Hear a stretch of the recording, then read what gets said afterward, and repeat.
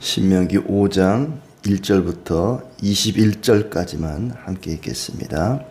모세가 온 이스라엘을 불러 그들에게 이르되 이스라엘아, 오늘 내가 너희의 귀에 말하는 규례와 법도를 듣고 그것을 배우며 지켜 행하라.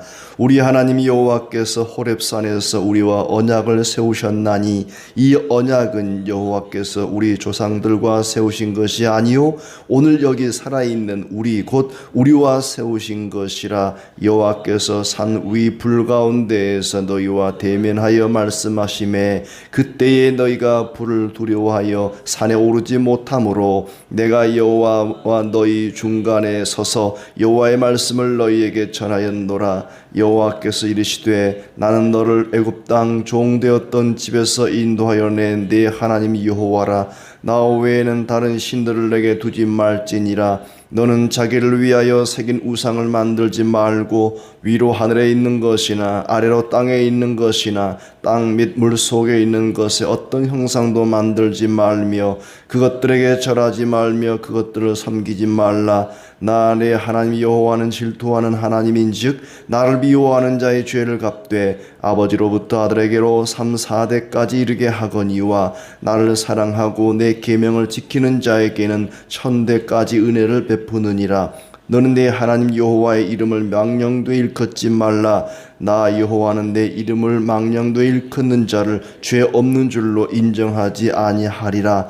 네 하나님 여호와가 내게 명령한 대로 안식일을 지켜 거룩하게 하라.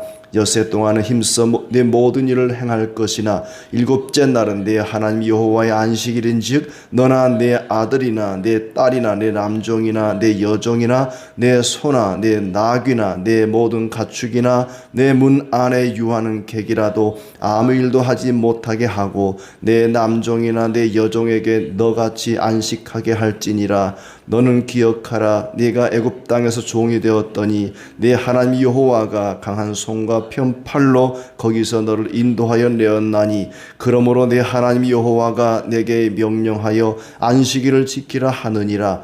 너는 내 하나님 여호와께서 명령한 대로 내 부모를 공경하라. 그리하면 내 하나님 여호와가 내게 준 땅에서 내 생명이 길고 복을 누리리라. 살인하지 말지니라. 간음하지 말지니라. 도둑질하지 말지니라. 내 이웃에 대하여 거짓 증거하지 말지니라. 내 이웃의 아내를 탐내지 말지니라. 내 이웃의 집이나 그의 밭이나 그의 남종이나 그의 여종이나 그의 소나 그의 나귀나 내 이웃의 모든 소유를 탐내지 말지니라. 아멘. 금요일 아침입니다. 한 주간도 고생 많으셨습니다. 오늘도 복되고 즐거운 날 되기를 진심으로 축복합니다. 신명기 말씀은 이제 모세의 네 편의 설교라 그랬는데 오늘 말씀부터는 어제 말씀이죠. 4장 44절부터 26장까지는 두 번째 설교입니다. 이스라엘이 지켜야 할 율법을 주로 가르치는 대목인데 백성들을 모아서 집중을 시킵니다. 들으라 하면서 여러분 모이십시오. 그 배경을 잘 이해를 해야 됩니다. 이미 애굽에서 나올 때에 20살 이상 되었던 사람들은 광야에서 다 죽고 이제 39년이 지나서 40년이 되었죠. 애굽에서 나온 지 40년째 이제 거의 마지막 부분인데 1세대는 다 죽고 그때 당시에 20세가 되지 않았거나 아니면 중간에 태어난 새로운 세대를 모아놓고 말씀을 하는 것입니다. 먼저 시내산에서 그들이 율법을 받았을 때부터 하나님과 언약을 맺었을 때부터의 이야기를 시작하고 있습니다. 1절에 이스라엘아, 내가 너희의 귀에 말하는 규례와 법도를 듣고 그것을 배우며 지켜 행하라. 듣고 배우고 지켜 행하라. 하나님께서 시내산에서 세운 언약은 조상들이 아니라 우리에게 세운 것이다. 그러니까 40년 전 시내산에서 하나님께서 모세를 통해 주시는 말씀 그리고 그들과 세웠던 그 언약은 그때 당시의 사람들 광야에서 다 죽어버린 그 사람들과 맺은 언약이지만 그들과만 맺은 언약이 아니라 바로 너희들, 그 사람들, 40년 전에 하나님과 언약을 맺었던 그 사람들의 자녀들인 너희들과 세운 언약이다. 이스라엘 전체와 세운 언약이니까 그때 당시 언약을 맺을 당시에 그 앞에 있었던 사람들과만 맺은 것이 아니라 그들의 자손들인 너희와 세운 언약이다. 3절 말씀이 그런 거죠. 이 언약은 여호와께서 우리 조상들과 세우신 것이 아니요 여기 살아있는 우리 곧 우리와 세운 것이니라. 그러면서 이제 십계명을 말씀하고 있습니다. 하나님께서 그들에게 주신 율법의 핵심이 바로 십계명에 담겨 있죠. 6절에 이제 십계명을 말씀하시기 전에 나는 너를 애굽에서 인도하여 낸 여호와다. 너를 애굽에서 인도하여 낸 여호와다. 그러면서 1계명부터 10계명까지를 반복하고 있습니다. 마치 출애굽기 20장을 그대로 옮겨놓은 것처럼 반복을 하고 있죠.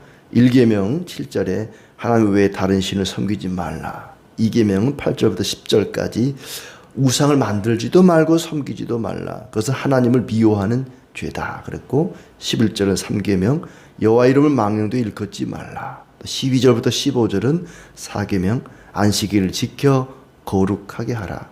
그런데 이제 출애굽기 20장과 다른 부분은 출애굽기 20장은 안식일을 지켜야 되는 이유가 창조에 근거했습니다. 하나님이 6일 동안 세상을 창조하고 마지막 날 쉬었기 때문에 너희도 쉬어야 된다라고 말씀을 하셨는데 여기서는 구원을 근거로 이야기를 하죠. 15절에 보면 너는 기억하라. 네가 애굽 땅에서 종이 되었더니 내 하나님 여호와가 강한 손과 편 팔로 거기서 너를 인도하여 내었나니 그러므로 내 하나님 여호와가 내게 명령하여 안식일을 지키라 하느니라. 그러니까 하나님께서 쉴 수 없었던 종들에게 쉼 없이 일해야만 하는 노예들에게 쉼을 준 것입니다. 안식을 준 것이죠. 그러니까 하나님께서 세상을 창조하고 마지막 날 쉰 것 때문에 안식일을 지키라 그랬다면 여기서는 이제 하나님이 너희에게 쉼을 주셨다. 안식을 주셨다. 평생 쉬지도 못하고 일만 해야 되는 노예들에게 너희를 구원해서 애굽에서 건져내서 쉼을 주셨다. 그러니 너희는 쉬어야 된다. 안식일을 지키라. 구원을 기념해서 출애굽기는 창조를 기념해서 안식일을 주셨다면 여기서는 구원을 기념해서 안식일을 지키라고 덧붙이고 있는 것이죠. 계속 이어서 5계명 16절 부모를 공경하라. 거기에는 축복의 말씀이 있죠. 약속 있는 첫 계명이다 하면서 사도 바울이 인용을 합니다. 또 6계명은 살인하지 말라, 간음하지 말라, 도둑질하지 말라. 9계명 20절에 거짓 증거하지 말라는 거. 21절 마지막 10번째 계명인데 내 이웃의 아내를 탐하지 말지니라. 이웃의 집이나 밭이나 남종이나 또 여종이나 소나 낙이나 이웃의 모든 것 소유를 탐내지 말지니라. 그런데 출애굽기와 다른 것은 순서가 좀 바뀌었습니다. 내 이웃의 집을 탐내지 말라 이렇게 시작하거든요. 여기서 내 이웃의 아내를 탐하지 말라. 그러니까 가정을 깨지지 않도록 이웃의 가정을 깨지 않도록 이웃의 아내를 탐내지 말라. 모든 것을 탐내지 말라고 말하는데 그 순서가 좀 바뀌었다 하는 것이 달라진 점이죠. 이 계명은 계명이지만 사실은 약속입니다. 이걸 지키면 복을 받을 것이고 그렇지 않으면 하나님께서 벌을 내릴 것이다. 마치 부모를 공경하라 했던 것처럼 그리고 두 번째 계명 말미에 이 계명을 지키는 자에게는 천대까지 은혜를 베풀고 또 이 계명을 어기는 자에게는 3, 4대까지 벌을 내릴 것이다 한 것처럼 하나님의 명령이면서 동시에 약속입니다. 언약을 맺은 거죠. 그래서 이것이 이제 언약을 맺는 언약궤 또 언약의 돌판 10계명이 들어있는 궤를 언약궤라고도 말하니까 하나님과 백성들 사이에 언약을 맺은 것이라고 할 수가 있겠죠. 그리고 그때 당시 40년 전 시내산에서 하나님이 모세를 통해 십계명을 주셨을 때의 백성들의 반응이 22절부터 마지막 절까지 나오고 있습니다. 그러니까 이 말씀을 들은 새로운 세대의 반응이 아니라 40년 전 시내산에서 첫 번째로 하나님이 십계명을 말씀했을 때 이스라엘 백성들이 지금 모세 앞에 앉아있는 그들의 부모들이 보였던 반응을 이야기하고 있습니다. 22절에 하나님께서 말씀하시고 두 돌판에 십계명을 써서 주셨습니다. 그러자 백성들의 지도자들이 소리를 듣고 나와서 죽을까 두려워했다. 율법이 주어지자 극도로 두려워합니다. 하나님, 이 말씀 계속 우리가 들으면 죽을 것 같습니다. 그러면서 간청을 하죠. 하나님이 직접 말씀하지 마시고 모세가 중간에 서서 중개자의 역할을 좀 하게 해주십시오. 하나님이 직접 말씀하시면 우리가 무서워서 두려워서 죽을 것만 같습니다. 그러니 하나님이 직접 말씀하지 마시고 모세를 통해서 말씀해 주십시오. 간청을 합니다. 하나님께서 허락을 하지요. 그래서 하나님께서 직접 말하지 않고 듣는 자들과 같은 성정을 가진 모세를 통해서 말씀하게 하십니다. 오늘도 마찬가지죠. 하나님이 직접 이 자리에 서서 설교를 하는 것이 아니라 듣는 사람과 똑같은 성정을 가진 목사를 통해서, 사람을 통해서 설교하게 하고, 사람을 통해서 전도하게 하고, 사람을 통해서 그 일을 함으로써 우리가 말씀을 더 친밀하게 듣도록 은혜를 주셨습니다. 자, 그러면서 모세가 중간에 서서 하나님 말씀을 전해주기를 원한다는 것은 모세가 전하는 말은 다 하나님의 말씀인 줄로 받아들이겠습니다 하는 그런 얘기지. 그래서 하나님께서 그 이야기를 듣고 옳다고 생각을 하셨습니다.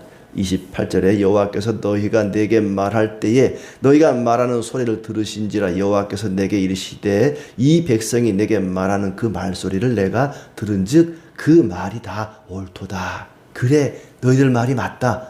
내가 직접 말하는 것보다는 모세를 통해서 말하겠다 하고 허락을 한 것이죠. 그러면서 항상 이 같은 마음을 품어 나를 경외하며 명령을 지켜 복받기를 원하노라. 항상 그런 마음, 여호와를 두려워하는 마음으로 말씀을 받으라는 얘기입니다.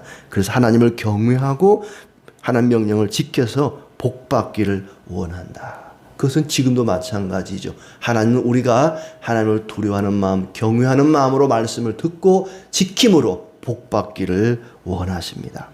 그리고 이제 31절에 백성들은 각각 다 자기 장막으로 돌아가게 하고 하나님 명령을 가르쳐 가나안에 들어가 지켜 행하라고 말씀을 하십니다. 좌로나 우로나 치우치지 말고 명령한 것을 지키라. 그러면 너희가 살 것이요 복이 있을 것이다. 축복의 말씀, 언약의 말씀을 주셨습니다. 그렇다면 과연 그 백성들, 첫 번째로 십계명을 받았던 부모 세대나 두 번째로 십계명을 받았던 자녀 세대나 십계명을 잘 지킬 수 있었을까요? 과연 인간이 이 십계명의 말씀을 잘 지킬 수 있을까요? 지키면 복을 받고 어기면 벌을 받을 텐데 과연 우리는 십계명을 잘 지킬 수 있는가? 단순히 나는 사람을 죽이지 않았습니다. 도둑질을 하지 않았습니다. 그것만 지킨다고 지켜지는 게 아니잖아. 예수님께서는 마음까지, 탐심까지도 금하지 않습니까? 이웃의 것을 탐내지 말라. 마음의 문제잖아요. 그것까지 우리가 통제가 안 돼. 실행하는 것은 지킬 수 있을지 몰라도 마음까지 내가 다스릴 수는 없습니다. 그러므로 십계명을 받을 때 그때 당시 부모 세대, 자녀 세대들이 두려워했던 것처럼 우리도 역시 두렵습니다. 하나님, 이 말씀을 어떻게 지켜야 할까요? 나는 도저히 이 말씀을 지킬 수가 없습니다. 그래서 우리는 하나님께 기도해야 됩니다. 그래서 예수 그리스도의 은혜가 필요한 거죠.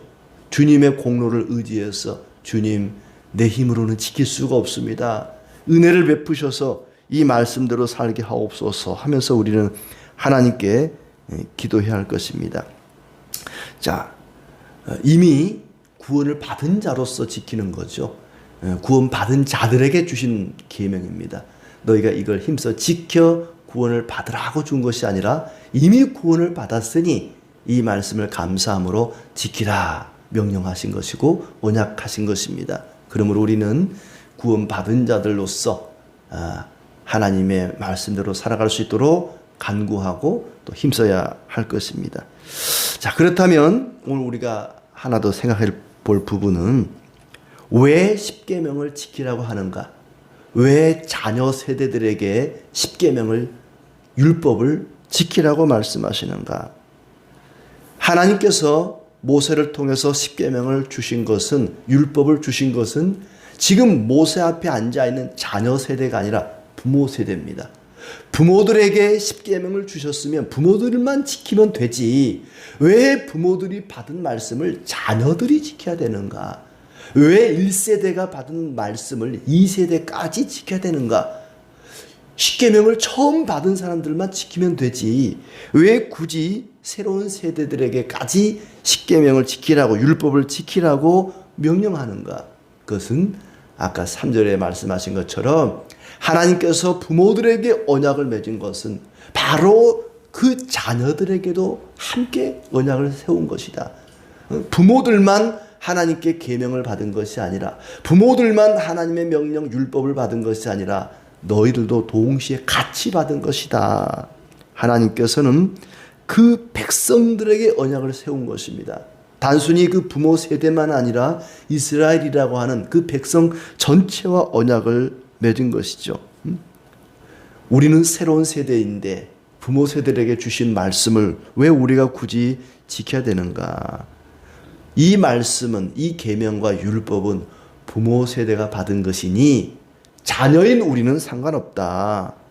그러나 하나님께서는 모세를 통해서 너희도 지켜야 된다고 지금 말씀하고 있습니다.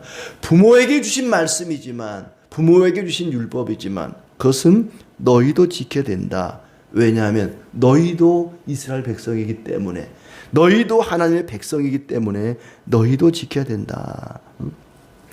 아까 6절에 보시면 십계명의 서론 부분을 이야기하고 있죠. 하나님께서는 그들을 애굽에서 건져내었다. 나는 너를 애굽 땅 종 되었던 집에서 인도하여 낸 네 하나님 여호와다. 그러니 이 계명을 지켜야 된다. 너희를 구원해낸, 너희를 인도하여 낸 하나님이기 때문에 얼마든지 계명을 지키라고 말씀할 수 있고 그걸 들은 자들은 지켜야만 한다는 것입니다. 새로운 세대는 출애굽 세대가 아니죠. 그들은 애굽에서 나온 것이 아닙니다. 물론 어렸을 때 부모들을 따라서 애굽에서 나온 이들도 있겠지만은 대부분이 중간에 태어난 새로운 세대란 말이죠. 그들은 출애굽 세대가 아닙니다. 그리고 그들은 십계명을 직접 받은 것도 아니고, 하지만 만약에 하나님이 그 부모들을 출애굽시키지 않았더라면 그 자녀들도 여전히 애굽의 노예로 있었을 것입니다. 하나님께서 나는 너를 애굽 땅 종되었던 집에서 인도하여 낸 너의 하나님 여호와다라고 말씀할 때에 중간에 새로 홍해를 건넌 이후에 태어난 사람들은 손들고 하나님 저는 아닌데요. 저는 애굽에서 안 나왔어요. 저는 중간에 태어났거든요. 저는 애굽에서 나온 사람 아닌데요. 저는 이 말씀 안 들어도 되겠네요. 안 지켜도 되겠네요. 아니라는 거죠. 네 부모를 애굽에서 인도해내지 않았으면 너는 여전히 지금도 애굽의 노예로 있었을 거야. 네 부모를 인도해냈다는 것은 너를 인도해낸 것이다. 그러니 나는 너를 애굽에서 인도하여낸 여호와, 이 말이 맞다는 거죠. 자기가 중간에 태어났다고 해서 저는 출애굽한 거 아닙니다 라고 말할 수 없습니다.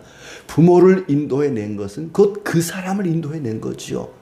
그렇지 않았더라면 여전히 애굽에서 노예로 있었어야 될 사람이기 때문에 부모를 인도해냈다는 것은 곧 그 사람을 인도해낸 것이고, 부모에게 십계명을 주셨다는 것, 율법을 주셨다는 것은 곧 그 자녀에게 주셨다는 얘기입니다.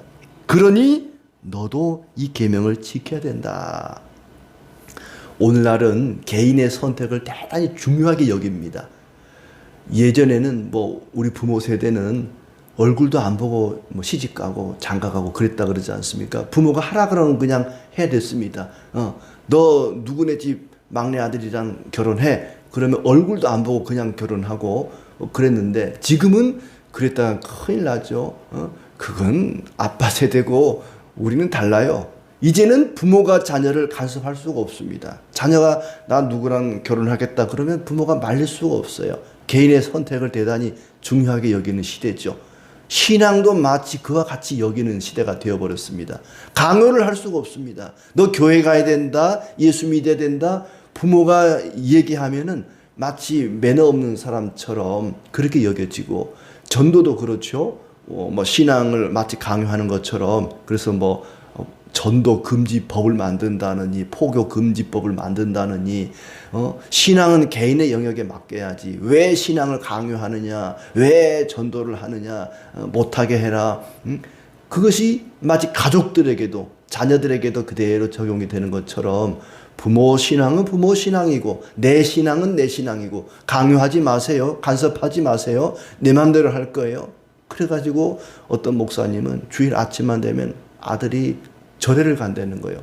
엄마 아빠는 교회를 가고 목사님 아들인데 절에 가고, 그래서 속이 상해가지고 이 부모 신앙은 부모 신앙, 내 신앙은 내 신앙, 이 개인의 선택을 중요하게 여기다 보니까 그런 신앙의 영역에까지 개인의 선택을 중요하게 여기는 그런 시대가 되고 말았습니다.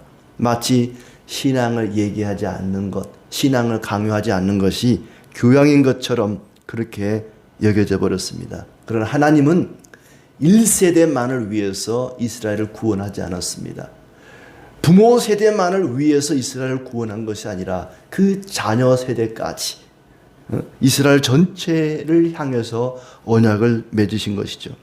하나님은 성도 한 사람만이 아니라 그 사람을 통해서 그 자녀에게까지 관심을 갖고 계시고 그 자녀에게까지 함께 언약을 맺은 것입니다.